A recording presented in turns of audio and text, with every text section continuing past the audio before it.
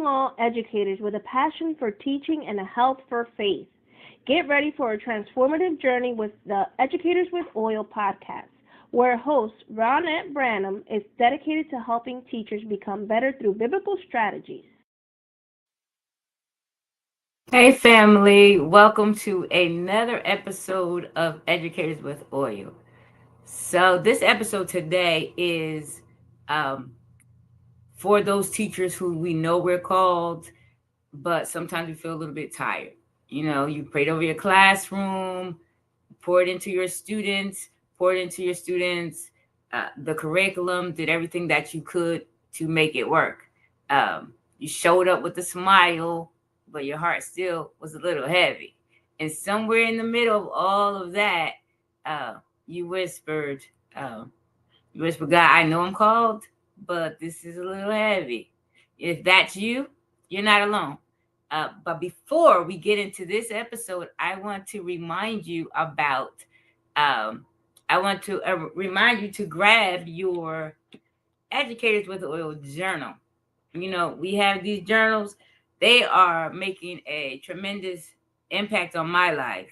They're causing me to reflect every single day. Even if I don't write in it every day, which I do most days, uh, it causes me to think still, what am I going to do tomorrow? What did I do? What worked? What did not work?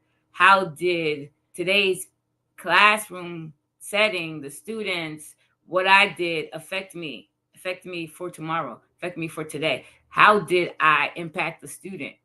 Did I impact the student? Did I add value to my institution, my school, my classroom? Did I add value to the school district? So I admonish you to grab the journals. If you buy them from me, I can send them to you actually because I have a bunch, and then you can buy the whole set. Sometimes I don't know how to make you able on Amazon to buy the whole set for one specific price. So just grab your journal. You grab the first one, then when you get finished with that one, grab the second one. They're on Amazon.com. Do not forget to get your journal. Thank you for um, thank you for that. So with that, I'm going to get into the episode and get ready to go into this. One second. Get ready to go into this episode because we are so excited. We're so excited about what is happening right now in our classrooms. The things that God has called us to do, are we actually working in our calling? I know I have. I went to a workshop, not a workshop. I went to a meeting this weekend, and it doesn't matter the career that you have. If you're called to do something, sometimes you come up with, am I called to do it? This is heavy. I'm struggling here. Lord, what do you want me to do? I know this is where I should be. I understand that this is where I should be. But things sometimes go a little differently than we planned. Sometimes it feels like uh we're stretched to the limit. So I we have a series coming right now about how this works in our lives. I don't want to get stuck into woe is me, but at the same time, I want to make sure that we understand our calling and that we understand what we're called to do, and that the Bible says his yoke is easy and his burden is light. And why are we feeling so heavy? Why are we feeling this weight as if what we're called to do is a struggle, is something that is hurting us? So I want to take my time today. You could see that the setting is different. This is home right now. I don't have the background, none of that, because this is how I'm feeling right now. We need to get into understanding who we are, why we're called, and then understanding that um, what we're doing is a ministry, whether we want to walk in that or not. You know, we are there to have an impact on our students, and sometimes we'll get struck with our thoughts, our ideas, and suggestions from outside of our calling. You know, this is a lot. We have students. I have 5 languages in my classroom right now. When I say 5, I have 5 languages. English is one. I teach in English. I had, well, one student just left, so that leave goes back to 4. The other day, I had a student who spoke Arabic in my classroom, no English. He said he didn't speak English, but he had a few English words. He did. And then I have a student who speaks Hindi. He's learning the language, but he doesn't understand everything that I'm saying. If I give directions, he'll sit and wait. So I'm translating for him as well. Then I have French Creole. French Creole, to speak to the parents, there's a disconnect. Speaking with the parents, we have to have a translator because there's a disconnect. And then I have Spanish speakers, they speak English, and then English. So when I say heavy, it doesn't have to be heavy. It depends on how I look at it, and we look at everything a little differently.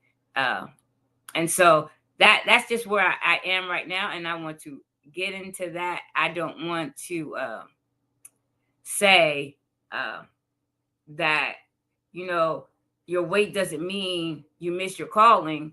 I don't want to say that it does say you miss your calling. It just means you're working it out with grace.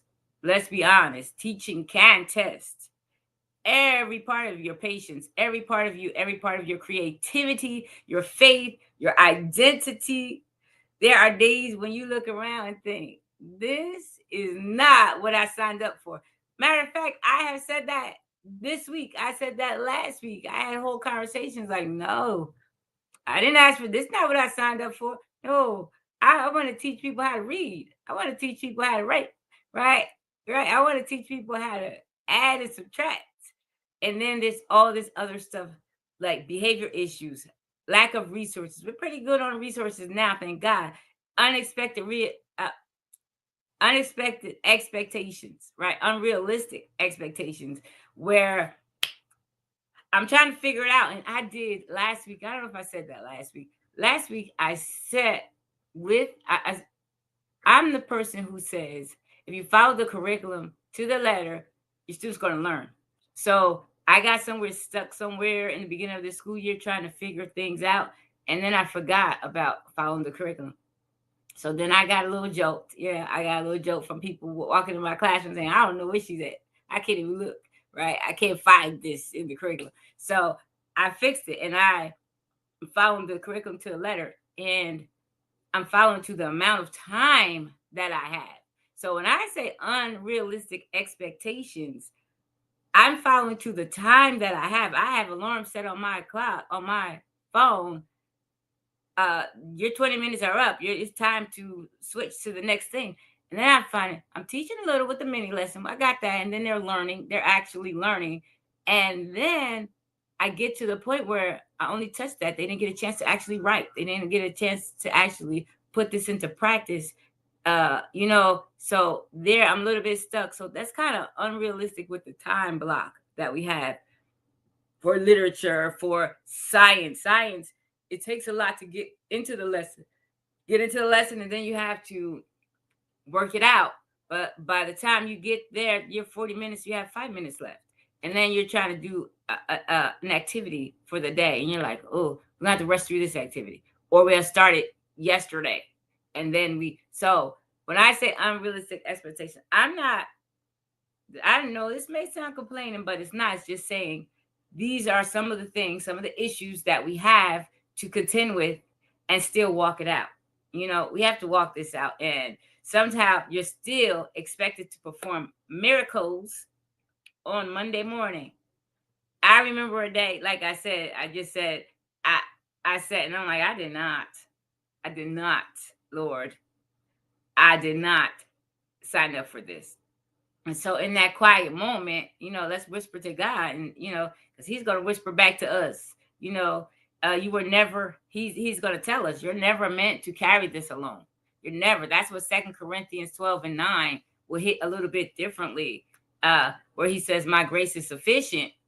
My strength is made perfect in weakness. So I don't know if he ever said that it was not going to feel heavy, but I do know that he says, my grace is sufficient. So we're trying to walk something out that he has called us to do with him.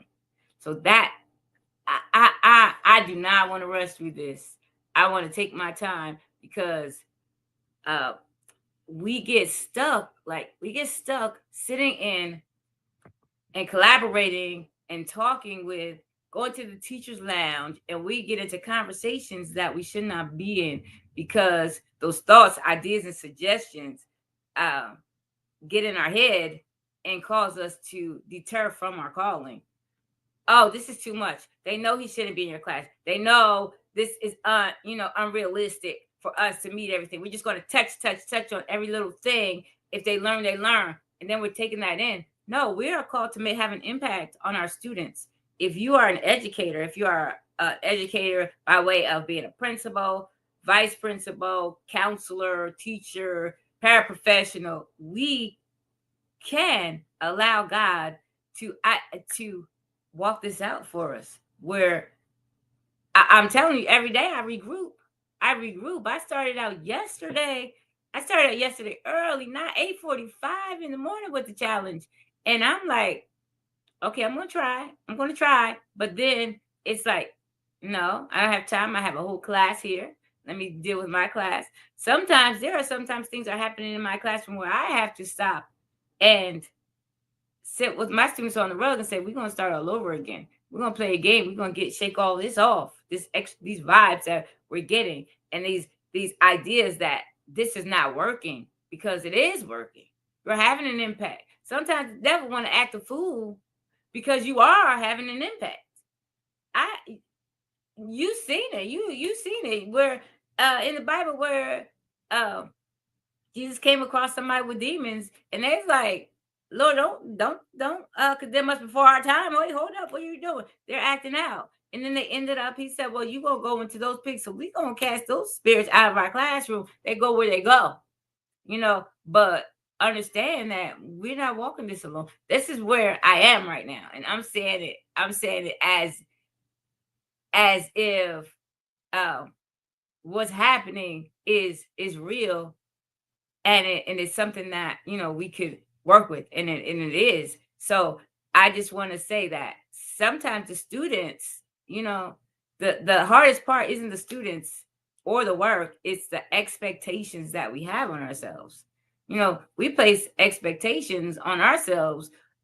We want to be that patient teacher, that creative teacher, that one who makes learning fun. But guess what? You're human, and being human means you can get tired. You can. Being anointed doesn't cancel out exhaustion. It gives it purpose. When the calling feels like it's crushing you, that's a signal to pause. Because grace doesn't flow through overdrive, it flows through surrender.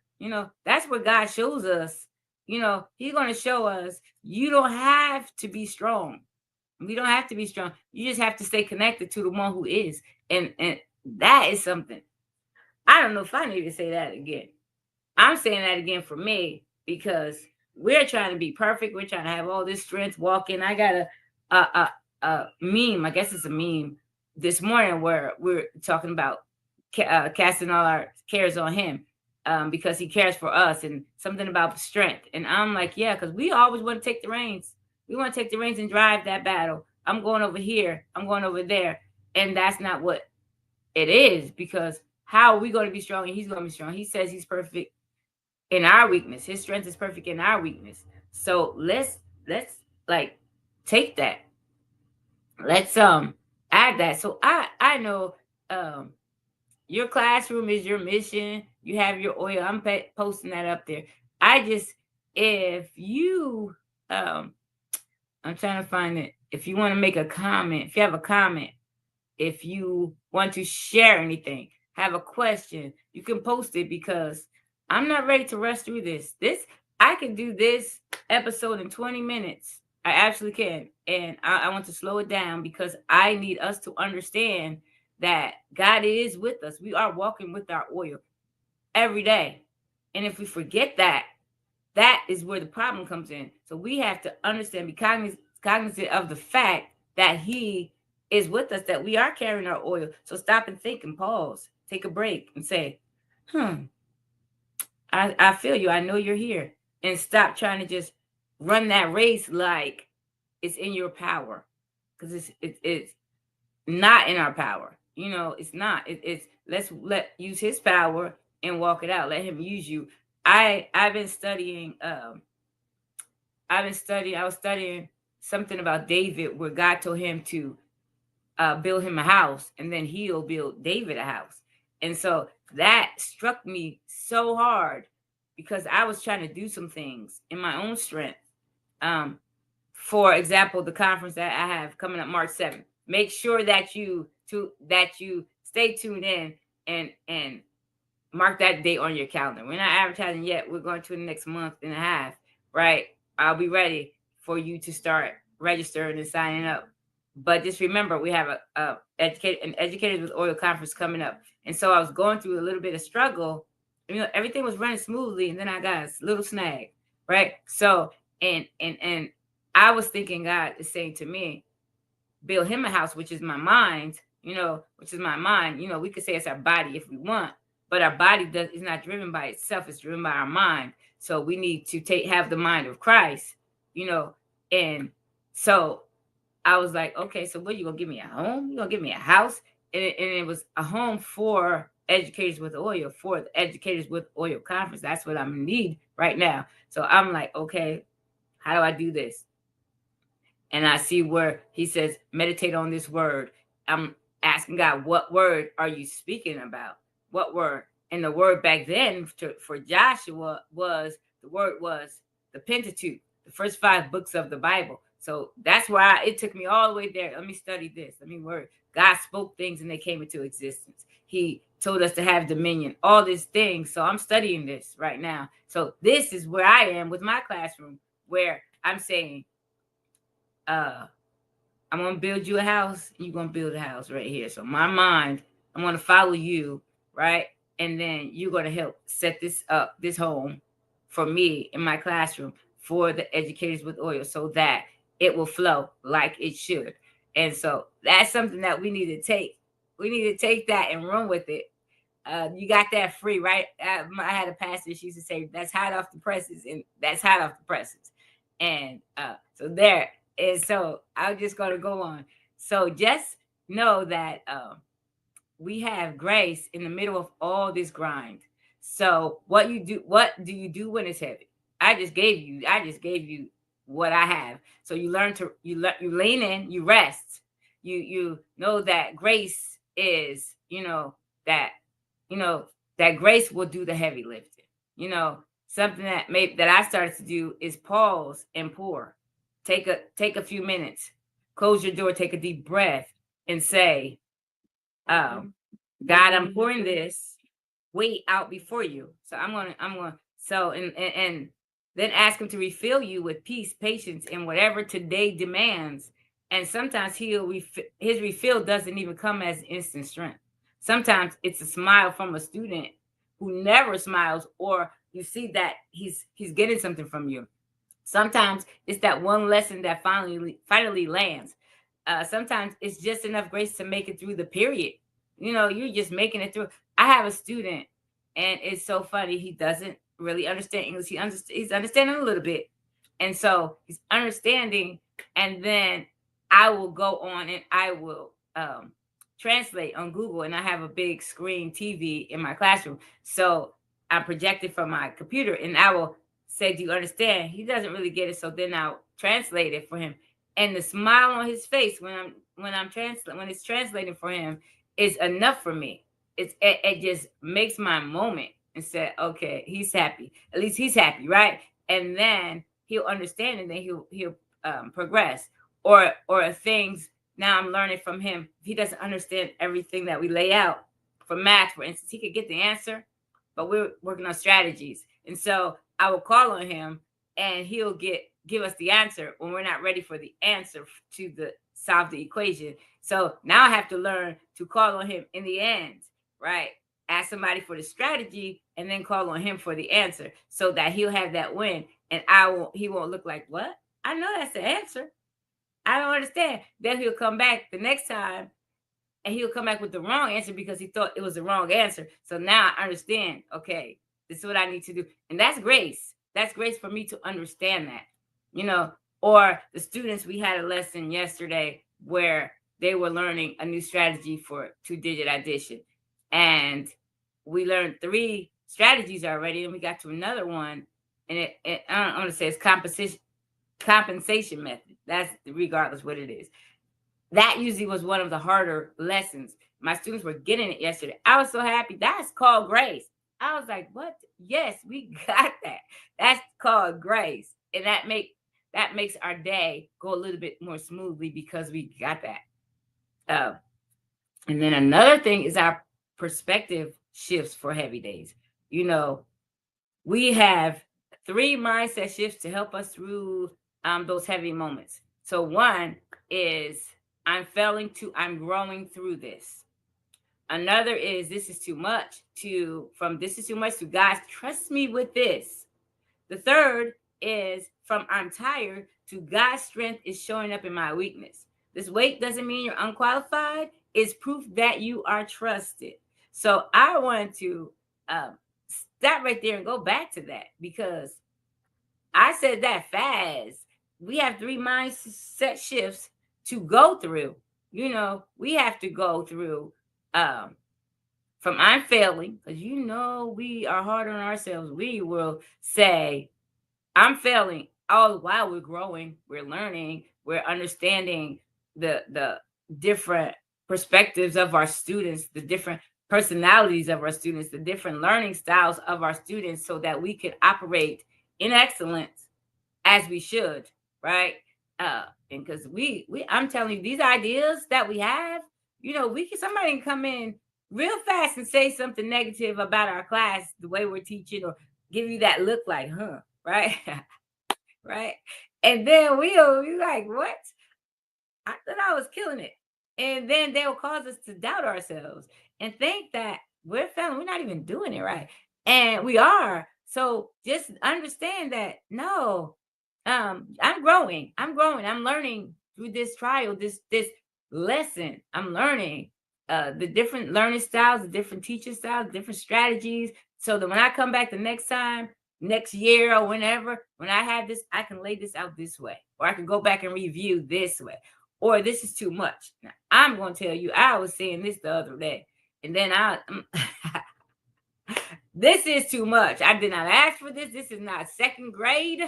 No, this is not general education. And it's so funny. I typed out a letter, an email. In my head, I'm just explaining what's happening in my class. I'm just stating facts to my principals and the counselor. That's what I'm thinking I'm doing. One got kind of uptight, calling the next, saying, "Did you see that email?" Other one was like, "Oh, I got your email / resignation." Right. And the other one was saying, "Oh yeah, this is heavy. We got to do something about this." And in my head, I was just giving facts so you understand what's happening, right? But someone, a thought, an idea, a suggestion, you're talking to people as you're passing by, they said, "No, that's too much. You shouldn't be going through that. You shouldn't." But guess what? God trusted me with it. Because I know in the beginning of the year, when people said, "Oh, we placed this child or this situation, we gave you this demographic because we know you can handle it." And I'm like, I didn't ask for that. I want general ed. I just want a regular class. And I'm trusted with it. So now I have to fix myself, fix my perspective from this is too much to God trusts me with this. And that's something, that's an awesome, that's not even a weight, because he says his yoke is easy and his burden is light. So what? That might feel like a burden, but it's light. It's not heavy, because he trusts you. If he trusts you, he's going to give me the strength to go through it. And so I'm tired. To God's strength is showing up in my weakness. That is something, so just because you have these weights and you have to change your perspective, that does not mean that you are not called. That is something that we just have to know, right? We absolutely have to know that. Let me see where I'm trying to post something up there. I guess that's okay. So here we're gonna change it. So he knows exactly what he placed you in. That's something. That's something. And before he knew it, before he placed you there, he knew he was putting you there. He knew that this is my child. I'm going to give her this, and I'm here to help. I'm here to be the strength, right?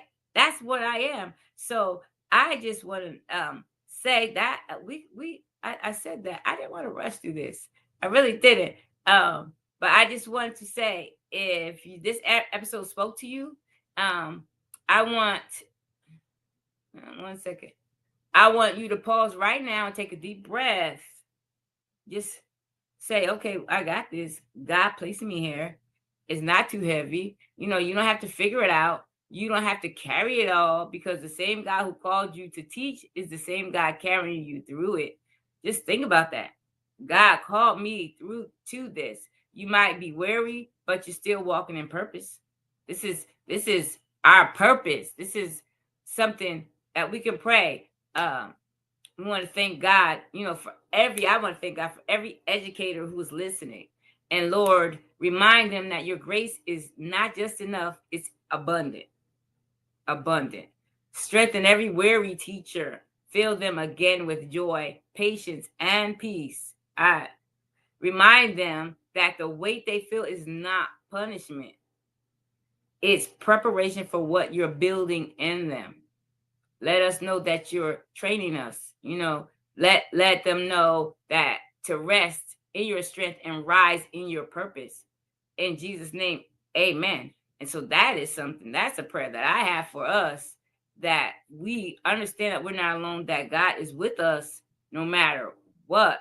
And we're going to walk in his strength and his power. We can tend to forget, he says, come to me, all who are weary and burdened, and I will give you rest. And I'm looking for that, because he promised it. He promised it. So, if he says it, I'm walking in it. I don't care. Even if we get caught up in these conversations with whoever, people are telling us, you are good. I couldn't if I was you, and this, that, and other, all these thoughts and ideas and suggestions, that this is not what you're called to do. God has called us. We understand he's called us, and we want to walk in it. Just know that you are not alone. You're not weak. You're being refined, and that is real stuff. Remember, the calling hasn't changed. It's just getting deeper. That's crazy.